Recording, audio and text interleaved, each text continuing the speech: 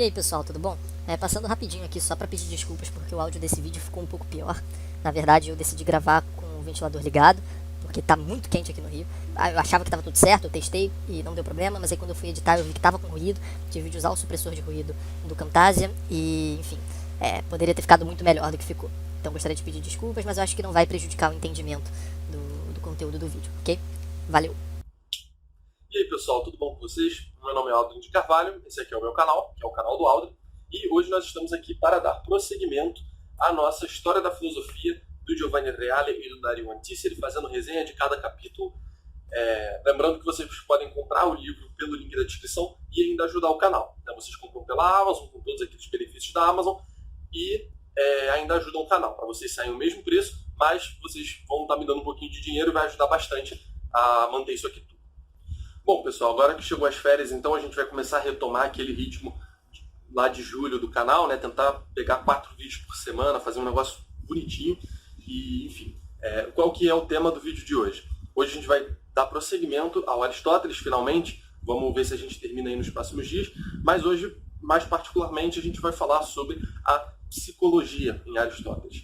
Não é psicologia no sentido moderno, como a gente entende hoje, mas é o estudo da psique humana. Consequentemente, o estudo da natureza humana também, porque, enfim, a essência do homem reside principalmente na alma, né? E, de todo modo, a gente vai analisar aqui a questão de como é a estrutura da alma, né? Quais são as potências dela, e daí em diante também como que a alma racional, da qual a gente vai falar um pouco melhor depois, consegue conhecer, né? Como se dá o processo do conhecimento humano. Bom, para começar, cabe a gente entender que o estudo da psicologia dentro do sistema aristotélico, digamos assim, ele se insere dentro do estudo da física. Né? Lembrando que física também num sentido completamente diverso do que a gente tem hoje. O Reale começa falando assim: a física aristotélica não investiga somente o universo físico e sua estrutura, mas também os seres que estão nesse universo físico. Tanto os seres inanimados, ou seja, que não têm ânima, que não têm alma, e sem razão, como os seres animados e dotados de razão, então o homem. Então a física ela vai estudar também esses seres. E aí a psicologia passa a ser como que um departamento da física, passa a estar inserida dentro desse conjunto de estudos físicos. Só que a psicologia ela vai dar esse enfoque então nos seres animados, nos seres que têm esse princípio, nesses seres que a gente diz têm vida. E aí é exatamente ali que é exatamente esse que é o ponto de partida do estudo da psique, da alma, que vai dizer o Reale aqui, né, dizer o Aristóteles, que os animais e as plantas eles têm alma também. A alma geralmente é uma noção que a gente, coloquialmente até, usa para se referir apenas àquilo que nós temos, né, aquilo que é o nosso diferencial para os animais e para as plantas. Mas o Aristóteles vai dizer que existe alma tanto nos animais quanto nas plantas também. Obviamente também existe nos seres humanos. Mas são tipos de almas diferentes, né? São almas diferentes, que têm faculdades diferentes, e a gente vai ver como é que é essa relação agora. Os seres animados se diferenciam dos seres inanimados porque possuem um princípio que lhes dá a vida, e esse princípio é a alma. Mas o que é a alma? E aí ele vai, para explicar o que é a alma, ele vai fazer referência à ideia de forma e matéria, né? Ao tal do ilemorfismo. Ile, matéria, e morphos, que seria a forma. Então ele vai fazer referência a esses dois conceitos e vai usar para poder explicar essa questão da alma. De maneira geral, a alma é exatamente a forma do corpo. O corpo, cada corpo aqui tem uma forma, todos os objetos sensíveis que nós vemos são símbolo de matéria e forma, mas no caso daqueles entes que têm vida, que têm alma, portanto, que é esse princípio que move a si próprio, esses seres vão ter como forma a sua alma. Então é exatamente a alma que ocupa esse lugar da forma. Né? Ainda é uma forma, mas essa forma diferenciada, né? Essa forma que é o que a gente entende por psique. E ele vai mencionar que os corpos vivos têm vida, mas não são vida. Da mesma forma, né? Os corpos eles têm forma, mas eles não são forma. Eles são um símbolo de matéria e forma. Os corpos vivos que a gente vê, eles têm vida, eles não são a vida. Eles são como que o substrato material e potencial do qual a alma é forma e ato. Então o corpo é a matéria, a forma a alma é a forma, e ali você tem o composto, que somos eu, você, os animais diversos que existem na natureza, as plantas e assim por diante. É necessário, então, que a alma seja substância como forma de um corpo físico que tenha vida em potência, e ele vai dizer também que a alma é inteléquia, ou seja, ato, são sinônimos, palavras equivalentes. A alma é ato primeiro de um corpo físico que tenha vida em potência. Mas o Aristóteles vai reparar que mesmo dentro do conjunto dos seres que têm vida, dos seres que movem a si próprios, existem operações diferentes. Né? Todos os seres não são iguais. Né? Há diferenças essenciais, constitutivas deles. A vida de alguns se manifesta de uma maneira diferente. E aí ele vai fazer essas distinções. Né? E é bem claro a gente perceber isso. Quando a gente olha para um animal, por exemplo, a gente vê que nós temos algo que os animais não têm.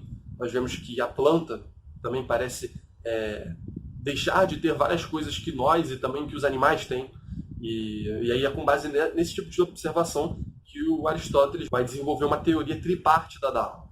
O Platão também falou numa alma tripártida, só que aqui o Aristóteles vai diferenciar 3 tipos de alma, sendo que cada um desses tipos, né, eles estão hierarquicamente dispostos, e aqueles tipos superiores abrangem todos os inferiores, abrangem todas as potências dos inferiores. Então, há as plantas, há os animais, há os seres humanos. As plantas têm algumas potências, os animais têm algumas potências que são próprias deles, que as plantas não têm, e nós humanos temos algumas potências, algumas operações que os outros 2 graus não têm. Mas o grupo dos animais, né, o tipo de alma dos animais, abarca as potências da alma dos vegetais. Da mesma forma que a nossa alma também comporta essas operações, tanto da alma dos animais quanto da alma das plantas. Então a gente tem aí como que essas operações como sendo círculos que são concêntricos, que vão abarcando um ao outro. E assim a gente pode dizer que não é que nós seres humanos temos 3 almas. Não, nós temos uma alma e essa alma abarca as operações das outras 2. Então nós temos, e cada um dos indivíduos tem uma alma. Cada ente composto de matéria e forma tem uma forma. Mas essa nossa forma, digamos assim, é mais complexa, né? Ela é dotada de mais potências, das potências das almas inferiores. Bem, como que é essa classificação, então? Existe a alma, então, de caráter vegetativo, que é própria das plantas, a de caráter sensitivo-motor, que é a própria dos animais, e a alma intelectiva, que é a do ser humano, né? A nossa. Na alma de caráter vegetativo, constam algumas características como o nascimento, a nutrição, o crescimento, que são coisas que estão presentes nas plantas em todos os entes animados superiores. Né? Então, os animais e nós também temos isso. Nós nos nutrimos, nos reproduzimos, etc. Sobre a de caráter sensitivo-motor, ela comporta a sensação e o movimento, por exemplo. Então, a planta não sente. O animal ele já pode experimentar a dor e o prazer, por exemplo. Então, fica bem clara essa diferença. E a alma de caráter intelectivo, ela tem como operações próprias o conhecimento, a deliberação, a escolha e assim por diante. Então, coisas que só nós humanos temos. E agora o Reale vai aprofundar um pouquinho em cada uma delas. Sobre a alma vegetativa, ele vai dizer pouca coisa muito relevante, basicamente o que eu já falei, questão da reprodução, da nutrição, que são comuns a todos os seres vivos. Inclusive, ele vai até dizer aqui que a reprodução é o objetivo de toda forma de vida finita no tempo. Então, todas as formas de vida tendem a isso, exatamente como ele vai dizer aqui depois, como que em busca de uma eternidade. Então, a vida por si, ela é um princípio, a alma é um princípio que busca a eternidade, que busca se reproduzir, e mesmo que aquele indivíduo morra, ele deixa um descendente, né? Ele deixa alguém ali para poder manter essa perenidade, para poder manter a vida. Então, isso é uma concepção bem interessante. Além da questão da nutrição e das atividades biológicas, como ele coloca aqui de maneira geral. Bom, agora sobre a alma sensitiva, sobre a alma propriamente animal. O Reale vai dizer aqui que ela se diferencia da anterior porque ela possui sensações, apetites e movimentos, sendo que os apetites e o movimento, eles como que dependem dessa ideia das sensações. A gente vai ver por quê. Então, primeiro falando da sensação. O Reale vai comentar o seguinte: temos faculdades sensitivas que não estão em ato, mas sim em potência, isto é, capazes de receber sensações. Então, eu tenho os meus 5 sentidos, né? Eu tenho o tato, o meu paladar, a minha visão, que elas em potência sentem. Né? Elas não sentem em ato, necessariamente. Elas sentem em potência e quando elas entram em contato com o objeto, elas, enfim, sentem. Então, o conhecimento das coisas sensíveis ela se dá nesse momento de contato. Assim, a faculdade sensitiva de simples capacidade de sentir torna-se sentir em ato quando em contato com o objeto sensível. A faculdade sensitiva é em potência aquilo que o sensível já é em ato. Assim, ela sofre ação enquanto não é semelhante, mas depois de sofrê-la, torna-se semelhante e é como o sensível. Então, as nossas faculdades sensíveis, elas como que se adequam àquele objeto a partir do momento em que entra em contato com ele. Então, a gente tem aí uma relação de ação-paixão, mais ou menos, né? Então, o objeto, ele é aquilo que ele é em ato, mas as nossas potências sensitivas, elas exatamente são aquelas coisas que os objetos são em ato, só que em potência. Elas não são aquilo em ato. E aí, quando há esse contato, elas se atualizam. E é assim que a gente pode conhecer aquilo que está fora de nós. Né? É assim que a gente consegue receber essas sensações e usar a partir disso, fazer um conhecimento do mundo sensível. E é muito importante que isso fique claro, porque o processo inteligível vai ser muito parecido e isso vai gerar muita treta, inclusive na Idade Média. A gente vai falar disso daqui a alguns meses, com certeza, mas é importante que essa noção fique clara, né? Que as nossas potências sensitivas elas se adequam ao objeto que atualizou essas potências, né? Com o qual elas entraram em contato, atualizando assim as potências sensitivas, né, em direção a esse objeto. Então, que isso fique bem claro. A gente vai falar daqui a pouco por que isso é importante também. E aí ele chega a comentar o seguinte, ó, não seria esse o caso parecido com quando você assimila a matéria na nutrição? Porque você come um pão, por exemplo, e aquele pão ele vai se assimilando e vai se tornando parte de você. Né? Parece ser um processo parecido, mas ele vai dizer aqui que não, porque na assimilação que se dá na nutrição, né, no caso do pão aí que eu falei, assimila-se também a matéria, ao passo que na sensação é assimilada apenas a forma. Então, a sensação ela capta a forma do objeto, ao passo que na nutrição a gente tem a assimilação da matéria. Então, a matéria do pão torna-se parte da nossa matéria. Só que o pão em si ele não é captado. A sensação ela capta o pão, né, a forma do pão. E a matéria não. A matéria está ali ainda, né? A gente capta a forma. E aí, com isso, Aristóteles vai desenvolver a noção dos 5 sentidos.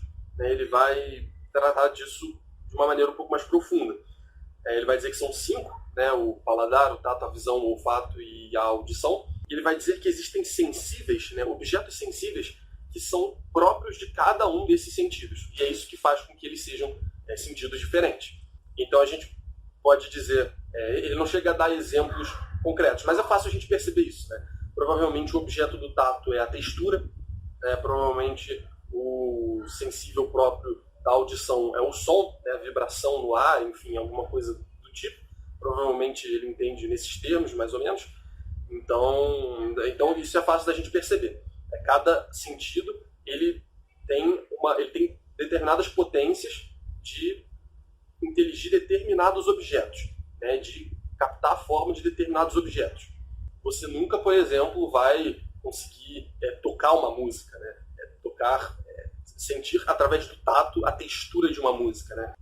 Efetivamente, você não vai conseguir isso, né? A não ser que você coloque a letra em braille, mas aí não é a música que você está sentindo, né? Você está sentindo os pontinhos ali, né? Então, a música, por exemplo, você só vai conseguir sentir através da audição.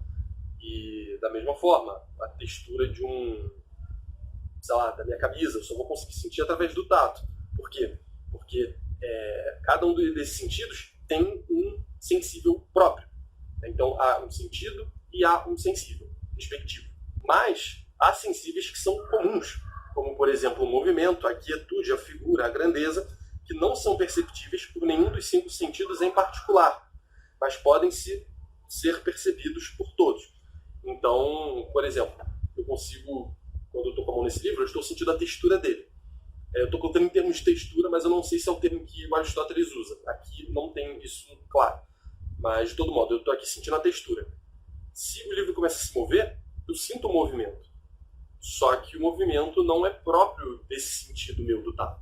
É um sentido comum. Eu posso, através da visão, perceber o movimento. Como eu estou vendo aqui na telinha do celular, eu estou me mexendo, eu estou vendo minha mão, enfim. Estou vendo o ventilador girar.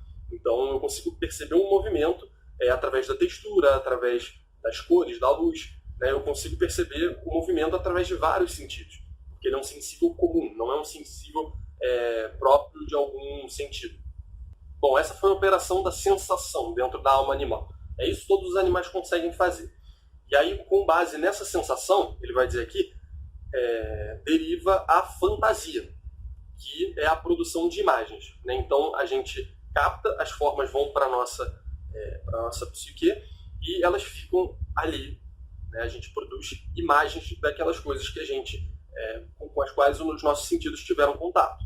E aí a memória conserva essas imagens e aí, por fim, a gente tem a experiência, que é exatamente a acumulação, mediante a memória, dessas imagens.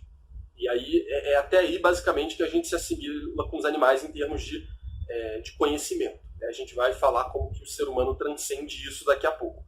Mas o processo é esse. Através da sensação, captamos essas formas sensíveis. E aí, na nossa mente, digamos assim, para colocar em termos mais modernos, nós armazenamos imagens, né? Nós geramos imagens, melhor dizendo, e aí, através da memória, essas imagens são armazenadas, são guardadas, e, em seguida, nós adquirimos experiência, que é exatamente um grande conjunto dessas memórias. E aí, antes da gente entrar na parte humana da alma, né, no que acontece na alma humana, na alma intelectiva, vamos falar um pouquinho sobre a questão do apetite e do movimento, que estão intimamente relacionadas com a ideia de sensação também. O apetite nasce em consequência da sensação. Todos os animais têm pelo menos um sentido, ou seja, o tato. Ele vai colocar aqui também que o desejo é apetite do agradável. Então, através da sensação, a gente consegue ter ideia do que é agradável, do que não é, do que nós desejamos e do que nós não desejamos. E a partir disso é possível que a gente busque alguma coisa, que o animal busque alguma coisa. E o desejo é posto em movimento pelo objeto desejado. A gente já comentou isso na parte da metafísica, né? Como o motor imóvel move as coisas, exatamente através de um desejo nosso, que nós temos. Mas aqui, indo para um plano um pouco menos metafísico, digamos assim, nós, através do desejo, identificamos algo que nos apetece, né? Que estimula o nosso apetite, e nós vamos até ele. Né? O nosso desejo nos move, e daí vem o movimento.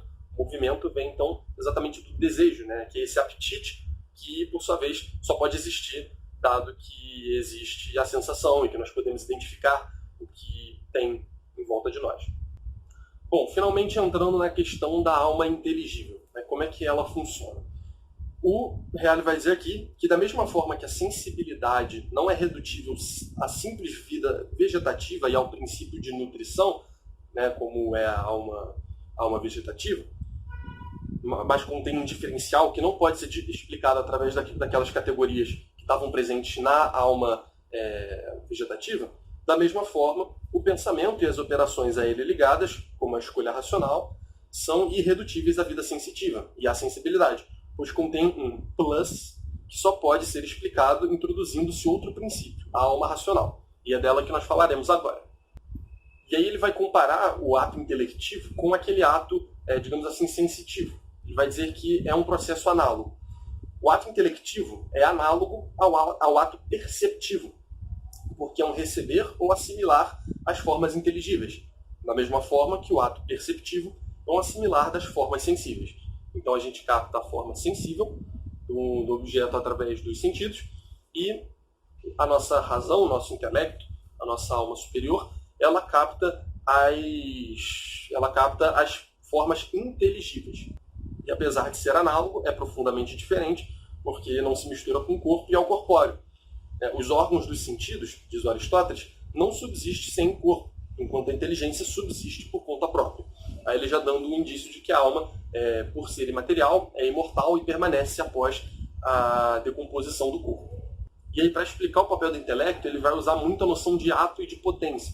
Se você não viu, volte para o vídeo da metafísica e para o da física também, para você ter uma ideia. Porque isso vai ser muito importante, que a gente vai fazer uma diferenciação agora, que, como eu disse no começo, vai dar o que falar na história da filosofia. Por si mesmo, a inteligência é capacidade e potência de conhecer as formas puras, que ela se atualiza na medida em que entra em contato com o objeto. Por si mesma, a inteligência é capacidade e potência de conhecer as formas puras. Então, nós temos essa potência na nossa alma de ter esse conhecimento. O nome disso é inteligência. Por seu turno, essas formas puras, que são objeto da inteligência, elas também estão em potência. Só que elas estão contidas em potência nas sensações e nas imagens da fantasia, que nós guardamos através da memória, através do processo que eu descrevi agora há pouco, da sensação, para a formação das imagens, para o acúmulo das imagens mediante a memória e assim a consolidação de uma experiência. Então, nesse sentido, a gente tem a inteligência em potência para conhecer as formas, só que essas formas elas também estão em potência. Elas precisam emergir das imagens que nós criamos. Então, eu vi vários gatos ao longo da minha vida, e aí eu tenho vários gatos na minha cabeça. A forma do gato está em potência nessas imagens que eu tenho, nessa experiência que eu tenho do gato. E eu preciso de algo em ato para poder atualizar, evidentemente, para poder transmitir o ato a essas formas que só existem em potência nessas imagens. Elas estão como que ocultas ali. Eu preciso de algo para trazê-las à superfície. Mas o intelecto parece não ser suficiente, pelo menos como a gente está concebendo aqui. O intelecto, se entendido como uma capacidade de conhecer as formas, ou seja, como uma potência, ele não tem por si ato. Ele não tem por si ato para poder atualizar essas formas. Então, por um lado, você tem a potência das formas de serem, as formas puras de serem, contidas ali dentro da experiência, e por outro lado você tem a potência do intelecto de inteligir essas formas. Só que, de onde é que vem o ato que vai fazer com que tudo isso aconteça? Está tudo como que passivo. Você precisa de um ato para poder movimentar a coisa, para fazer a coisa acontecer. E, de onde é que vem isso? Parece difícil superar. É necessário, portanto, algo que traduza em ato essa dupla potencialidade, de modo que o pensamento se concretize, captando a forma em ato, e a forma contida na imagem torne-se conceito captado e possuído em ato. Então, a forma que só existe em potência, ela precisa existir em ato, e a nossa inteligência ela precisa, em ato, captar essa forma. Desse modo, então, surgiu aquela distinção que se tornou fonte de inumeráveis problemas e discussões, tanto na Antiguidade como na Idade Média, entre intelecto potencial e intelecto atual. Nós temos, entre aspas, dois intelectos. Nós temos duas faculdades distintas. Um intelecto que é ativo e um intelecto que é passivo. E tem vários jeitos da gente chamar isso. Inclusive, o Reale ele diz aqui que dá para chamar intelecto possível e intelecto ativo também. Só que essa é uma terminologia posterior e que ele faz uma piada aqui dizendo que aqui ele vai colocar, para usar a terminologia que se tornará técnica, mas que só está presente potencialmente em Aristóteles, entre intelecto possível e intelecto ativo. Então, há outras maneiras de chamar isso, ele coloca aqui como intelecto potencial e atual, mas há outras maneiras de se expressar isso, que só existem potencialmente em Aristóteles. O Aristóteles chamou desse jeito, mas há outras formas de chamar que foram surgindo aí ao longo da Idade Média. Então, o intelecto ativo, ele trabalha como uma causa eficiente para poder, algo externo, tanto ao intelecto passivo, tanto quanto às formas inteligíveis que estão contidas em potência nas imagens que nós temos. Ele, como uma coisa exterior, então, ele atua como uma causa eficiente e promove, assim, um conhecimento, né? Promove como que o contato entre essas duas potências, né? Atualiza isso tudo junto. Assim, há um intelecto potencial, enquanto se torna todas as coisas, né? Como eu falei, o intelecto, assim como a sensação, ela se torna aquele objeto do qual ela é sensação, o objeto do qual está sendo feita a intelecção. Então, isso até antecipa, para quem aí já está familiarizado com aquela ideia tomista, né? Pelo menos geralmente colocado como São Tomás, apesar de ser um pouco anterior, de um intelecto, de que a verdade sendo como uma adequação entre o intelecto e a coisa, né? Quando o intelecto se adequa de fato à coisa, existe uma relação de verdade entre o que você pensa e o que é. Então existe uma transformação, né? Existe uma atualização da potência intelectiva passiva naquele objeto e essa operação se dá através do intelecto ativo. Voltando a ler aqui, assim, há um intelecto potencial, enquanto se torna todas as coisas, e há um intelecto agente, enquanto as produz todas, que é como um estado semelhante à luz. Com efeito, em certo sentido, também a luz torna as cores em potência, cores em ato.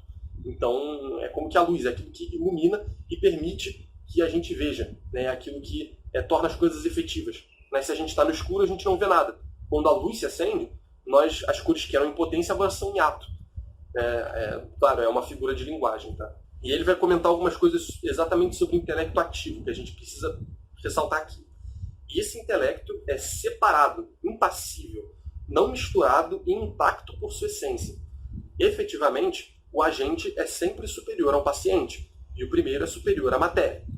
Separado da matéria, ele é somente aquilo que precisamente é, e somente ele é imortal e eterno. Então, aí há a imortalidade da alma.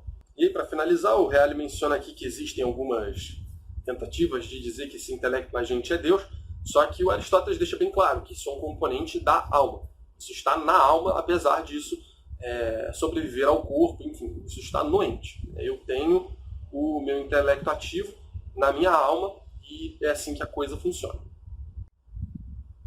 Bom, pessoal, esse foi o vídeo. Eu espero muito que vocês tenham gostado. Não se esqueçam de comprar o livro pelo link da descrição, assim você ajuda o canal.